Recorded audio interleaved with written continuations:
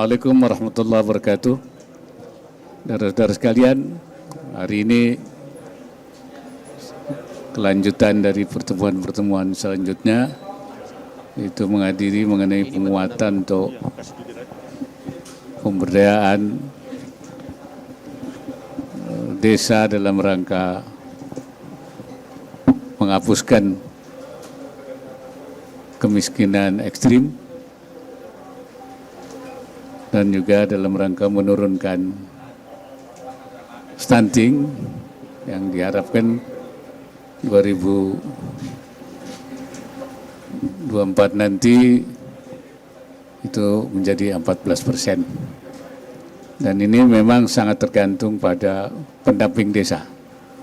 Ya, para pendamping desa ini menjadi motor penggerak yang akan bergerak terus, dan pemerintah sudah menyiapkan dana yang cukup untuk bergerak masyarakat supaya desa terus melakukan peningkatan dari desa-desa yang tertinggal menjadi desa berkembang, menjadi desa maju dan desa mandiri. Ini upaya-upaya strategis yang dilakukan. Dan itu saya katakan tadi, maka sangat penting peran daripada pendamping desa ini. Jadi hari ini penguatan untuk di Provinsi Maluku Utara yang diselenggarakan oleh Kementerian Desa dan juga Pembangunan Daerah Tertinggal dan Transmigrasi. Barangkali itu yang. Oke, mungkin ada beberapa pertanyaan ya, karena ini adalah doorstop terakhir dalam rangkaian acara selama 3 hari di Maluku Utara. Silakan pada teman-teman wartawan yang mau Pak. bertanya. Ya, saya Farida Pak, dari MNC Pak. Pak, terkait kemiskinan ekstrim Pak, tadi Bapak menyatakan bahwa Bank Dunia sudah menyebutkan Indonesia kemiskinan ekstrim di Indonesia itu sudah 1,5% di tahun 2022. Kemudian apakah pemerintah optimis Pak untuk 0% di tahun 2024? Terus langkah konkretnya seperti apa Pak? Kemudian yang kedua adalah WHO telah mencabut status kedaruratan COVID-19.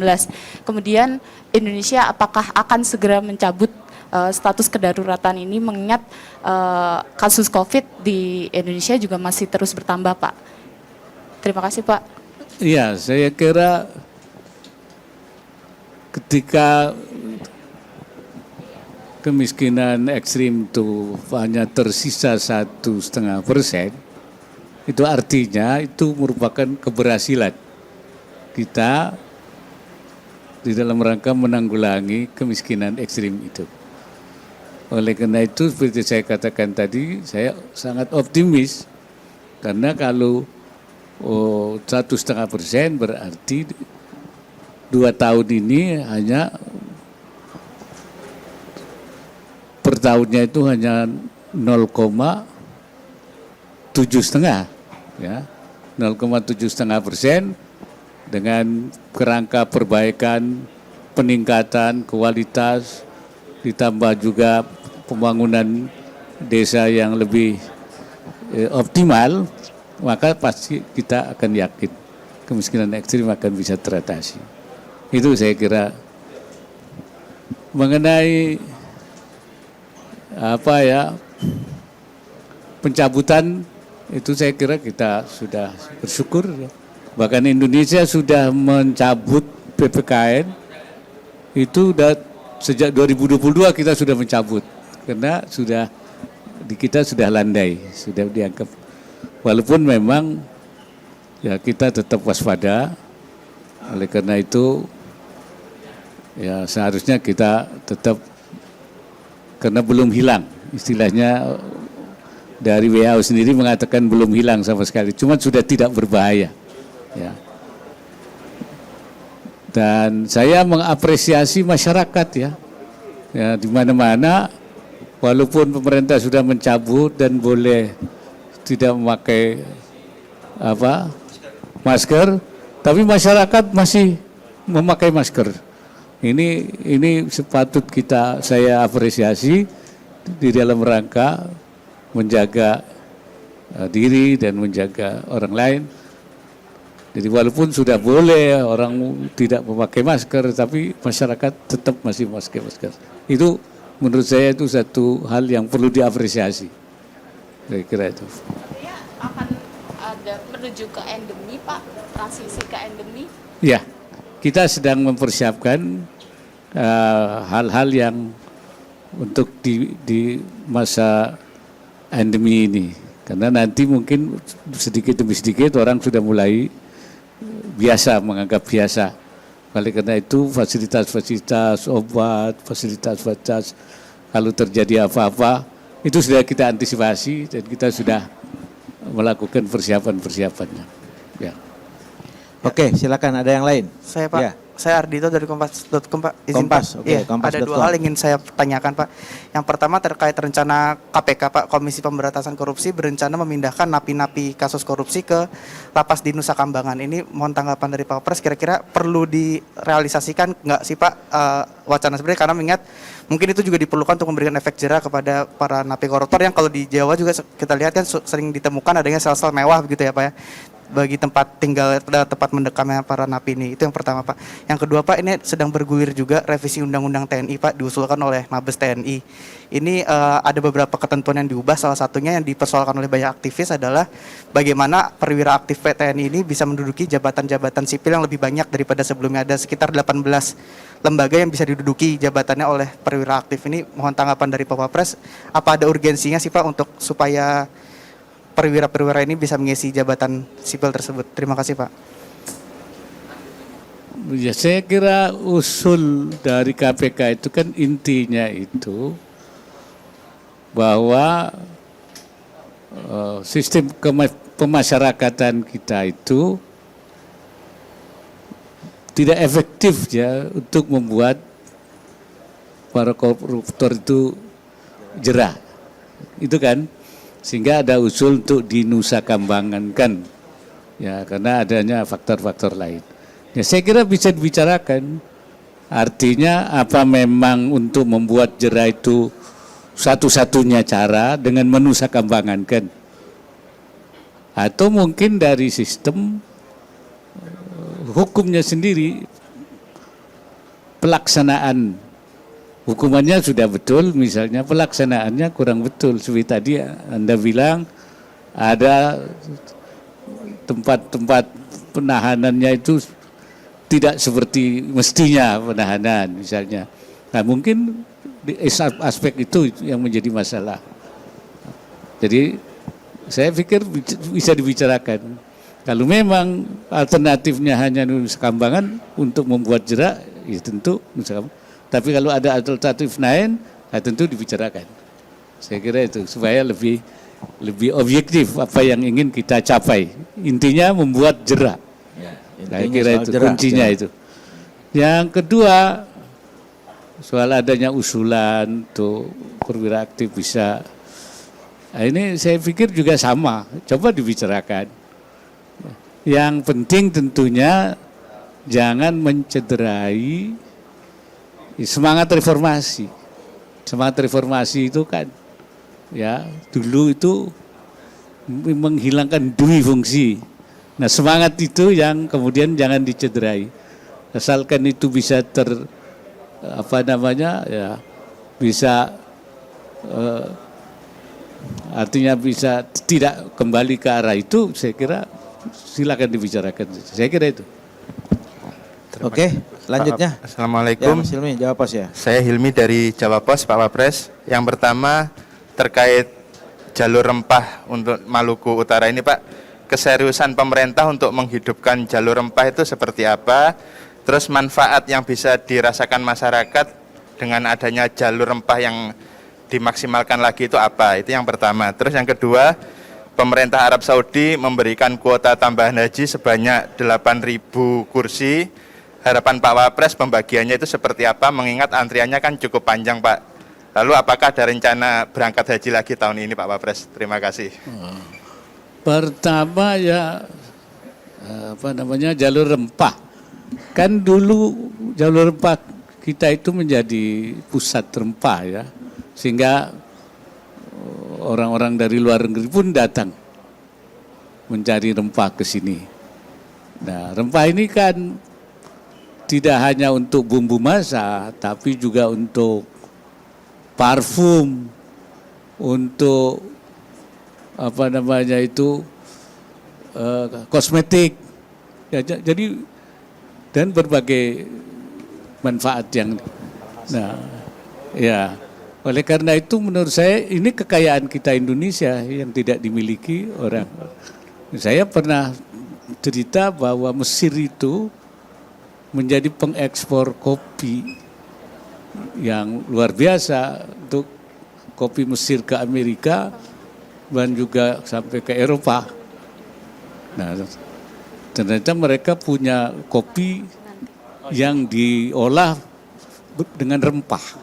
Kopi dan rempah kemudian jadi kopi Mesir yang laku tapi setelah saya tanya apa Mesir punya kopi, punya rempah, ternyata tidak punya. Kopinya dari Indonesia, rempahnya dari Indonesia, hanya mereka mengolah kopi yang rempah itu menjadi produk kopi ekspor. Tapi kopi Mesir, bukan kopi Indonesia. Nah, artinya rempah ini juga bisa berbagai hal keperluannya itu. Karena itu kalau ini kita lola lagi, kita bangun lagi, pertama tentu harus ada proses hilirisasi di dalam negeri sehingga menjadi produk yang jadi. Yang kedua itu tentu harus ada penanaman kembali ya, dan yang terpola. Kemudian ada off-taker ya, yang bisa menjadi perantara untuk mengembangkan supaya pertanian. Dan kalau hilirisasi produk-produk pertanian itu yang akan tercerahkan itu masyarakat. Beda dengan tambang. Kalau tambang kan pengusaha-pengusaha besar. Kalau ini kan masyarakat kecil. Kemudian juga pasarnya supaya kita bisa menguasai pasar-pasar yang di Timur Tengah maupun di Eropa.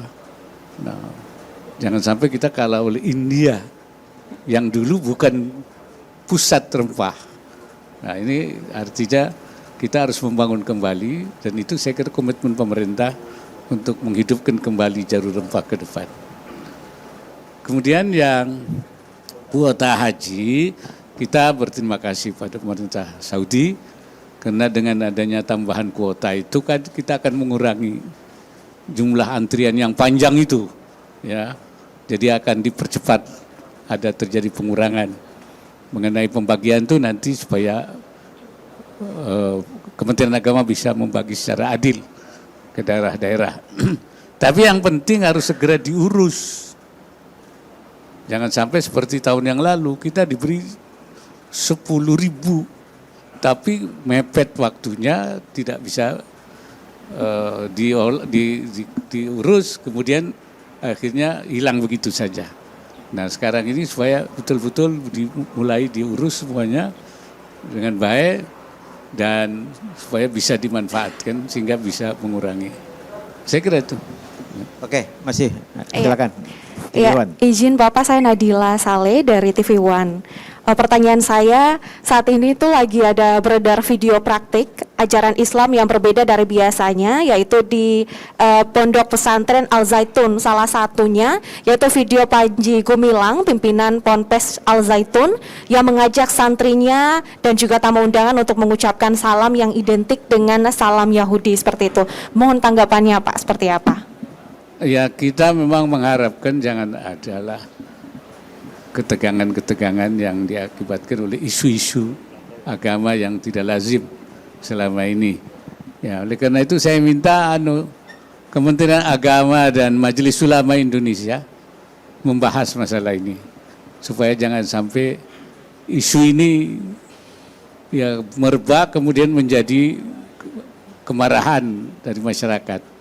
Jadi saya minta Majelis Ulama dan Kementerian Agama membahas ini ya, untuk menenangkan masyarakat apa yang dilakukan oleh kita. Saya harus ada penelitian, pembahasan yang serius ya.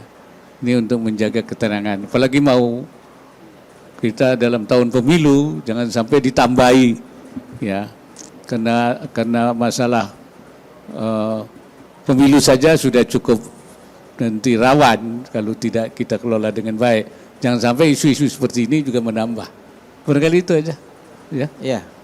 Terakhir ya dari MNC ya, silakan. Siap, dari MNC. Pak, langsung saja bagaimana bentuk kerjasama pemerintah dan Pemda serta lembaga non-pemerintah dalam rangka percepatan penurunan stunting? Kerjasama antara pemerintah pusat dan daerah, baik provinsi ataupun kabupaten kota untuk penurunan stunting. Ya, saya kira kita sudah punya rencana aksinya ya. Ya. Sehingga pemerintah pusat selain program anggaran, pemerintah pusat juga ada anggaran, pemerintah daerah ada anggaran, dan juga melibatkan masyarakat, baik orang tua asuh maupun juga perusahaan-perusahaan melalui CSR-nya. Nah, ini akan kita organisasi dan semua sudah ada program-programnya itu. Dan itu kelembagaannya sudah ada. Kalau masalah stunting itu korlapnya itu BKKBN ya. Ya, kemudian juga masalah kemiskinan nanti di bawah Kemenko PMK, dan pengawasannya dilakukan oleh kantor wakil presiden dan wakil presiden sebagai ketua pengarah. Dan untuk itu sudah terus dilakukan rapat-rapat koordinasi ya, baik di tingkat menteri maupun juga di kantor wakil presiden, sehingga terus bisa dimonitor. Ya, kerjasama ini saya kira sudah terbangun dengan baik. Barangkali itu. Oke, terima kasih.